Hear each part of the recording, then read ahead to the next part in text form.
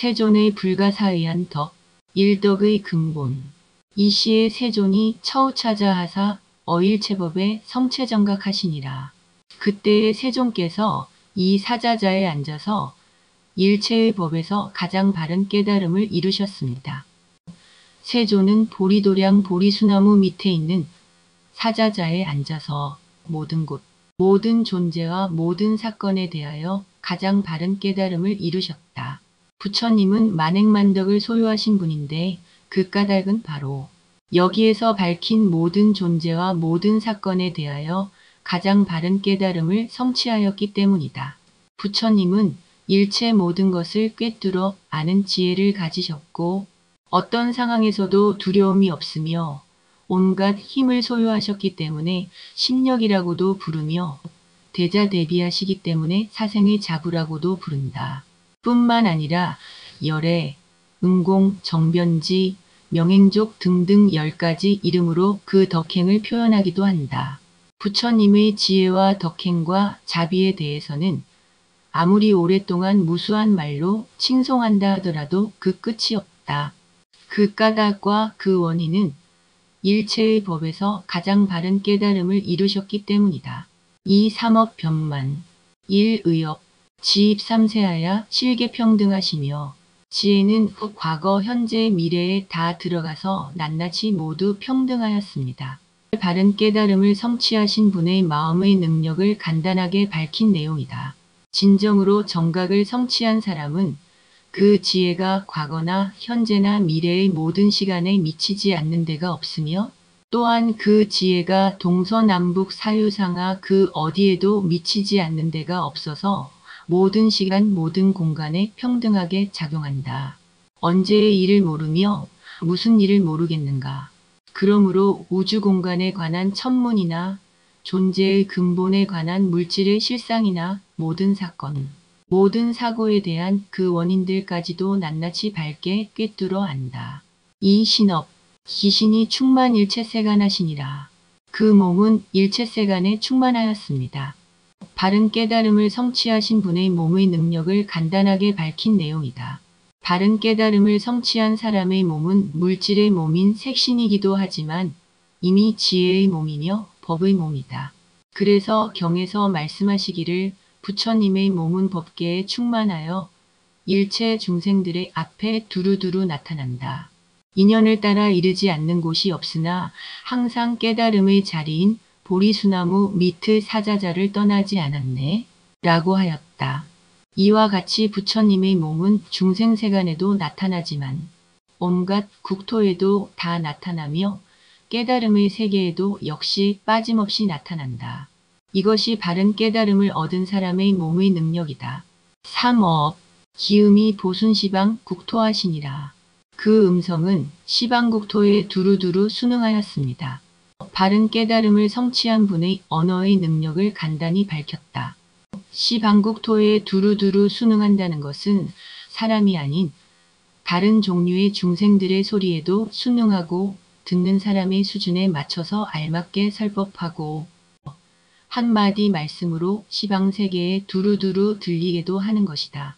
마치 매화 한 송이가 피면 시방에 봄이 온 것을 알린 것과 같은 것이며 국화 한 송이가 피면 천지에 가을이 온 것을 알린 것과 같은 것이다.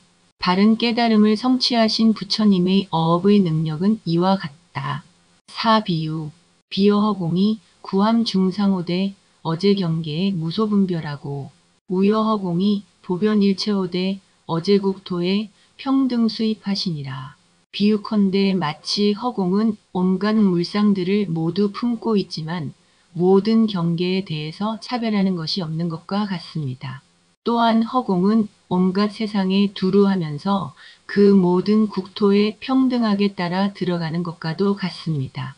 바른 깨달음을 성취한 분의 몸과 말과 마음의 능력을 함께 비유로서 밝혔다.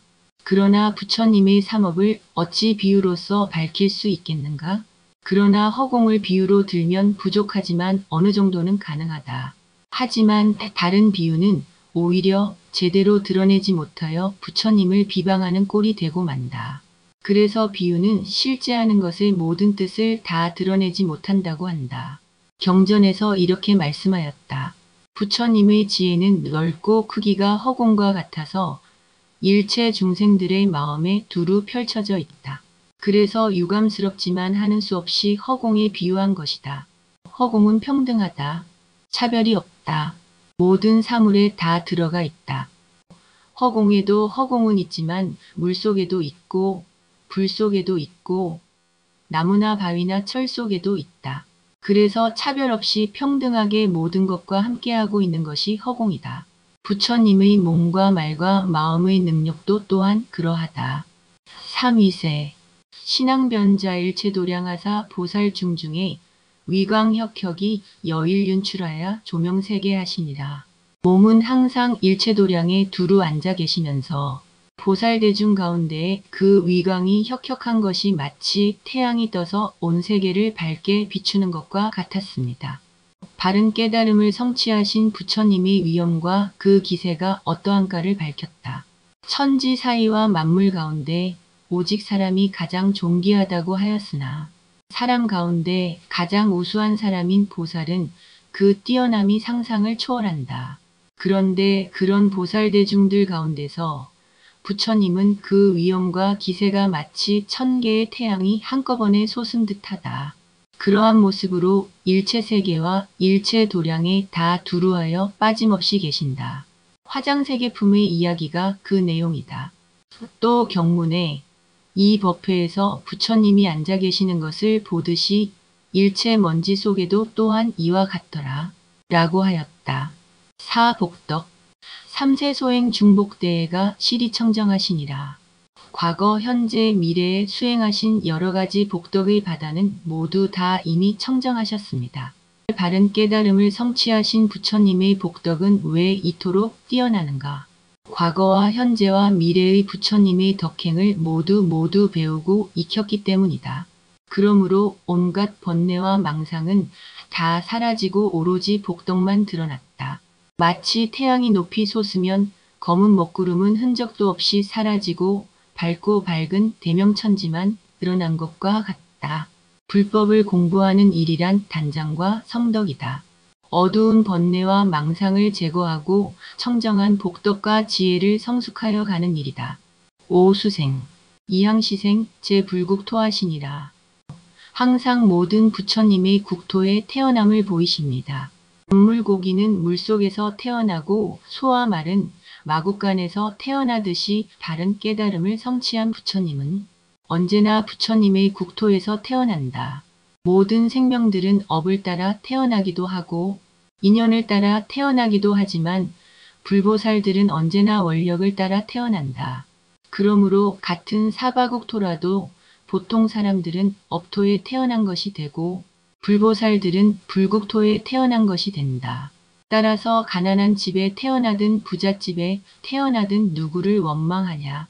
모두가 자기 자신의 업이며 인연인 것을. 6. 상호원만 무변색상과 원망광명이 변주법계 하사대 등무차별하시니라. 끝없는 색상과 원만한 광명은 법계에 두루 미치어 차별 없이 평등하였습니다. 바른 깨달음을 성취하신 부처님은 저절로 32상과 80종으로 장엄하게 된다. 왜냐하면 바른 깨달음이란 곧 진리를 깨달았다는 뜻이기 때문에 진리를 깨달은 사람은 모든 것이 진리에 부합한다. 상호까지도 진리에 부합한다. 진리는 곧 빛이므로 원만한 광명이 전 세계에 차별 없이 두루 미치게 되는 것이다. 따라서 모든 사람들은 그 사람의 모습이 곧 그 사람의 삶인 것이며 동물이나 식물들도 역시 그 모습이 곧 동물과 식물의 삶인 것과 같다. 또한 사용자의 모습을 한 사람은 곧 사용자이고 노동자의 모습을 한 사람은 곧 노동자며 노숙자의 모습을 한 사람은 곧 노숙자이다. 스님의 모습을 한 사람은 곧 스님이고 세속인의 모습을 한 사람은 곧 세속인이다. 7설법 연일체법 하사대 여포대운하시니라. 일체법을 연설하시는 것이 마치 큰 구름이 펼쳐지듯 하였습니다. 부처님의 설법 속에는 없는 이야기가 없다. 특히 화엄경에는 참으로 많은 이야기가 있어서 세속의 일이나 출세간의 일이나 중생의 일이나 부처님의 일이나 모두 포함되어 있어서 사람이 살아가는데 필요한 교훈과 길을 가르치고 있다. 법의 구름이 일어 법의 비를 내리는 것은 일체 의욕을 끊고 번뇌와 망상을 제거하고자 한 것이다. 화엄경의 비로자나 부처님이 서원의 힘으로 일체 국토 중에서 최상의 법륜을 항상 굴린다. 라고 하였다. 화엄경의 법문이 중중하고 첩첩한 것은 마치 드넓은 허공에서 구름이 뭉게뭉게 일어나는 것과 같다. 라고 하였다. 부처님은 법문이라는 비로 중생들의 뜨거운 고뇌의 열기를 식혀주기 때문에 구름이나 비로 비유하고 있다. 8중생교화 11모단의 실능용수 일체세계 하사대 이무장애하야 각현무량 신통지력하사 교화조복 일체중생하시니라. 낱낱 털끝에서 일체세계를 다 능히 수용해도 장애가 없으며 각각 한량없는 신통의 힘을 나타내어 일체 중생들을 교화하고 조복하셨습니다. 바른 깨달음을 이루고 나면 그 깨달음으로 일체 중생에게 회양하는 것이 깨달은 사람의 의무다. 그 의무에 의하여 부처님이 일체 중생을 자유자재하게 교화하는 작용을 밝혔다. 화엄경은 다른 경전과 그 차원이 다르다. 중생을 교화하는 일도 한 사람을 상대하지 않고 자신의 낱낱 털끝에서 일체세계, 일체중생을 한꺼번에 다 수용한다. 그렇게 해도 아무런 장애가 없다. 또 한 말씀, 한 구절을 들려주는 것이 아니라 한량없는 신통을 앞앞이 다 나타내어 일체중생을 교화하는 방법이다. 법성계의 일미진중함시방 일체진중영여시라는 사상우의 이치대로 중생교화도 역시 그와 같은 이치로 하는 것이다. 구법신미륜 신변시방하사대 이무례왕하시니라. 법신은 시방에 두루 미치나 오고감이 없었습니다. 바른 깨달음을 성취한 사람의 몸은 그대로가 법신이다. 법으로서 몸을 삼기 때문이다. 법신은 시방에 두루하다. 시방에 두루하지만 오고감이 없다. 법은 산천초목과 삼라만상이 다 꽉 차 있다. 아니다. 삼라만상과 산천초목이 그대로가 법이며 법신이다. 그래서 동파거사는 산천초목이 어찌 청정법신 비로자나 불의 몸이 아니겠는가? 라고 하였다. 그런데 다시 어디를 가며 어디로 오겠는가? 십지혜 지입제 상하사 요법 공적하시니라. 지혜는 모든 형상에 다 들어가서 법의 공적함을 밝게 알았습니다. 지혜가 모든 형상에 다 들어간다는 것은 바른 깨달음의 안목으로 모든 존재의 실상을 꿰뚫어 안다는 뜻이다. 모든 존재의 실상이란 곧 제법 공상의 실체를 알았기 때문에 법의 공적함을 밝게 알았다. 라고 한 것이다. 색즉 시공의 이치를 깨달았다는 것이다. 모든 존재가 그 본질이 공적하다는 것은 세존이 터득한 인류 역사상 최고의 발견이다. 11. 재불신변 3세 재불의 소유신변을 어강명 중에 미불암도하사 일체불토 부사의겁의 소유장엄을 실령 현현케 하시니라. 과거, 현재, 미래의 모든 부처님의 신통변화를 광명 속에서 남김없이 다 보았으며 일체국토의 불가사의한 겁의 장엄들을 모두 다 나타나게 하였습니다. 3세 재불의 신통변화란 바른 깨달음의 내용이다. 그 내용들을 진리의 가르침이라는 밝은 광명, 즉 화엄경에서 우리는 다 보고, 다 느끼고, 다 알고 있다. 그리고 그것을 이 국토와 저 국토에서 오랜 세월 동안 무수한 도인들이 이렇게 설명하고 저렇게 해석하면서 그 깊고 오묘한 뜻을 드러내 보이고 있다.